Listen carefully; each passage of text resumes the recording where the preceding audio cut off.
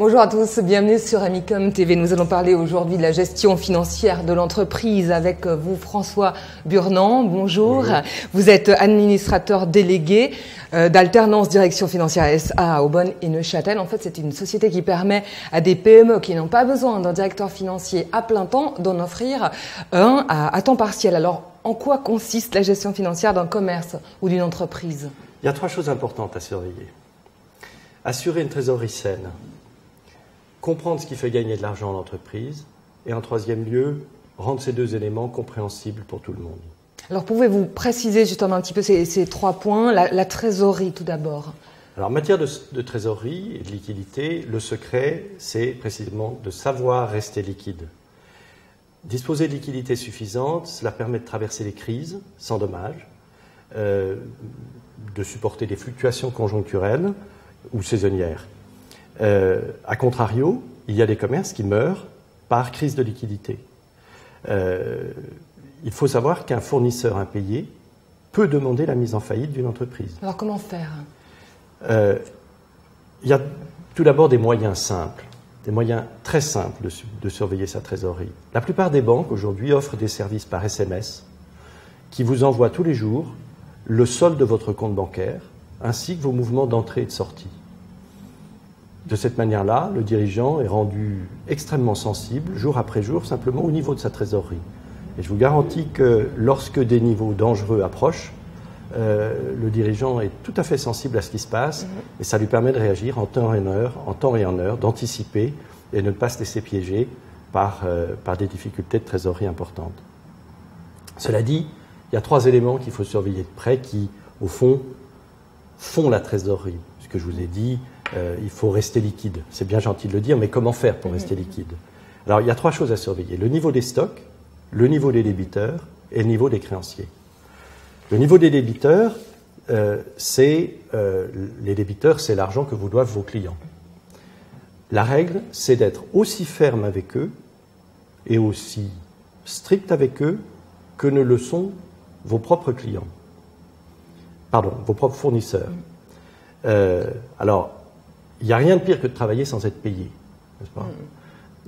Et pour cela, eh bien, il faut se débrouiller pour se faire payer. La règle numéro 1, c'est une discipline de faire pour renvoyer ses factures.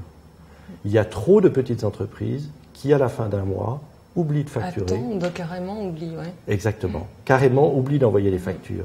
Ils mettent des semaines avant d'envoyer leurs factures à leurs clients. Et c'est une faute de gestion. Parce qu'une fois que vous avez fait le travail, l'argent doit rentrer dans votre caisse. Si pour une raison ou pour une autre, vos clients tardent à vous payer, ça peut arriver. Ça n'arrive pas dans un commerce qui encaisse naturellement sa prestation tous les jours. Je parle d'une petite entreprise ici. Eh bien, dans ce cas-là, il faut essayer d'être aussi strict avec ses propres fournisseurs que le sont vos clients avec vous. C'est-à-dire essayer de gérer au mieux, de ne payer ses propres fournisseurs qu'à partir du moment où on a encaissé l'argent de ses fournisseurs. D'accord. Et les stocks? Alors, les stocks, la règle de base, c'est de faire attention de ne pas surstocker. Il vaut mieux approvisionner en petite quantité, plus souvent, que de se retrouver avec des montagnes de stocks qu'on va avoir du mal à écouler, qu'on va mettre des mois à écouler ou peut-être ne jamais vendre. Parce que là, on aura payé les fournisseurs et on ne reverra jamais la trésorerie, on ne réalisera jamais la trésorerie. Ça, c'est la deuxième règle, effectivement. Maintenant, ensuite, comprendre la situation. Qu'est-ce que j'entends par là? Comprendre ce qui fait gagner de l'argent à l'entreprise, c'est comprendre la notion de marge, les marges bénéficiaires. Il faut bien savoir qu'il ne faut pas mélanger chiffre d'affaires et marge. Ce qui fait vivre une entreprise, ce sont ses marges bénéficiaires et pas son chiffre d'affaires. Donc, il est indispensable pour tout magasin ou commerce ou entreprise de parfaitement connaître quels sont les quelques produits ou services qui font véritablement gagner de l'argent à l'entreprise. Et le cas échéant, d'identifier les quelques produits qui sont vendus à perte. On peut avoir des raisons de vendre à perte parce qu'on a un produit dit d'appel qu'on vend avec des marges très faibles parce qu'il permet de faire rentrer les clients dans le magasin. Il faut du temps pour sonder ce marché-là. Quand on démarre, évidemment, ça ne se fait pas en un mois, tout ça. C'est tout à fait vrai. Il est fréquent, cela dit, que quelques produits clés, que justement on va mettre un certain temps à identifier, soient les produits qui véritablement font marcher l'entreprise. Et qu'au fond, dans une palette de produits, une palette de services, il y en ait quelques-uns qui soient réellement rentables, qui justifient les autres comme produits d'accompagnement. Alors, il faut savoir calculer le plus exactement possible la marge de ces produits ou services. Et cela signifie aussi maîtriser le jeu subtil entre le prix qu'on va être prêt à payer à un fournisseur en regard du prix que l'on sait qu'on va pouvoir vendre sa marchandise à son client final. C'est l'art de gérer la marge. C'est un art difficile, il n'est pas facile, mais encore une fois, ne pas mélanger chiffre d'affaires et marge, chiffre d'affaires et bénéfices en quelque sorte. Et pour finir, vous avez parlé de rendre les choses transparentes. En effet, je voudrais vous dire quelques mots encore sur la question du tableau de bord. Le tableau de bord, c'est l'outil idéal pour bien surveiller sa trésorerie et ses marges, précisément. Il n'y a pas besoin d'un tableau de bord extrêmement compliqué. Mais l'important, c'est que le tableau de bord soit régulier, c'est-à-dire de préférence mensuel, et qu'il permette de se constituer des points de repère précis et des tendances, d'identifier des tendances. Donc, sous quelle forme ce tableau de bord vous le téléchargez comment ça se passe? Alors, le tableau de bord, la matière première du tableau de bord, c'est la comptabilité.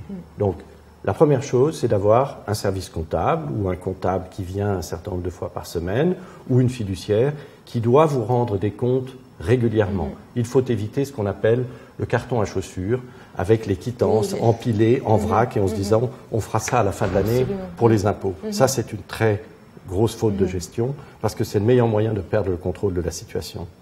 Un tableau de bord, par ailleurs, il va non seulement permettre aux propriétaires d'entreprise, propriétaires d'un magasin, dirigeants d'entreprise, de sentir comment marche son entreprise, mais il va aussi créer une très bonne compréhension mutuelle entre des investisseurs éventuels, avec des banquiers, avec des partenaires financiers et même le personnel de l'entreprise.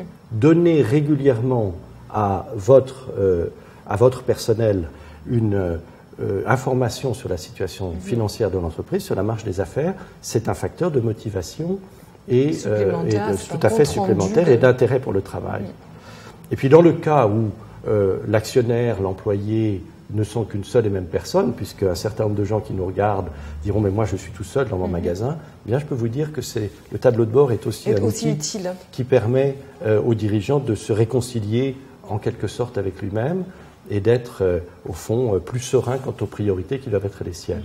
Et pour finir, je voudrais terminer là-dessus, la tenue régulière d'un tableau de bord, c'est par ailleurs un outil extrêmement précieux à long terme. Disposer d'un historique documenté de ce qui s'est passé mois après mois, c'est un outil extrêmement précieux pour le jour où on aura besoin de négocier des crédits bancaires.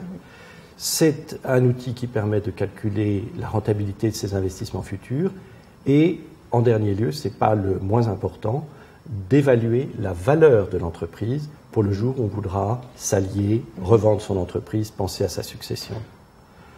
Voilà en quelques mots ce que je voulais vous dire sur la gestion financière de l'entreprise. Eh bien, vous avez été limpide, Monsieur Burnand. Merci beaucoup de nous avoir apporté toutes ces précisions. C'est avec plaisir. Et on se retrouve bien sûr très prochainement pour une nouvelle thématique. Au revoir.